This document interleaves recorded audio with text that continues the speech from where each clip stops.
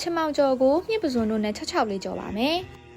အိမ်မှာကိုယ်တိုင်စိုက်ထားတဲ့ချမောင်မင်းလေးတွေကြီးလာတာနဲ့ဒီနေ့အိမ်စိုက် organic ချမောင်စစ်စစ်ကိုကြော်ပါမယ်အရင်ဦးဆုံးချမောင်ကိုခြွေပြီးတော့ရေကို3လီတာလောက်တေးချလေးစေးပါမယ်ပြီးရင်တော့ချမောင်ကျော်ဖို့အတွက်ကြက်သွန်ဖြူနီထောင်းထားတာရဲ့ပစွန်ရဲ့ပြီးတော့မြှစ်ပြုတ်ထားတာရဲ့နဲ့ငရုတ်ကြီးချောက်ထောင်းထားတာတွေကိုအစင်သစ်လုပ်ထားပါမယ်စီဆူလာပြီဆိုရင်တော့စနွင်းကိုထည့်ပါမယ်ပြီးရင်တော့ကြက်သွန်ဖြူနီထောင်းထားတာကိုထည့်ပြီးတော့စီတက်လိုက်ပါမယ်ရှင်ကြက်သွန်ဖြူနီစစ်သက်နဲ့လေးမှုလာပြီဆိုတော့မှခုနကငရုတ်ကြီးချောက်ထောင်းထားတာလေးကိုထည့်လိုက်ပါမယ်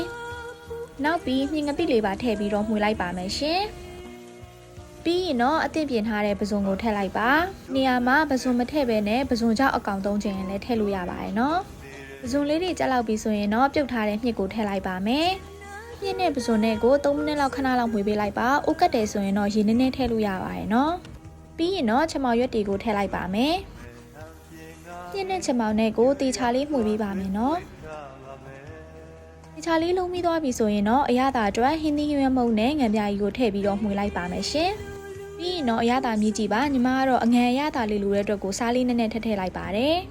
ချမောင်ကို66လေးစားခြင်းနဲ့အတွက်မီအေးအေးလေးနဲ့6လာတဲ့အထိကိုမှွေပါမယ်ကိုလိုချင်တဲ့အနေထားရောက်ပြီဆိုရင်တော့နောက်ဆုံးမှငရုတ်သီးကိုထည့်ပြီးတော့မှွေလိုက်ပါမယ်အရသာမြည်ကြည့်ပြီးတော့အားလုံးအဆင်ပြေပြီဆိုရင်တော့ချမောင်ကျော်ရပါပြီရှင်ချမောင်ကျော်ကငပိပြစ်ပြစ်လေးနဲ့စားရင်အလွန်ကိုလိုက်ဖက်ပါတယ်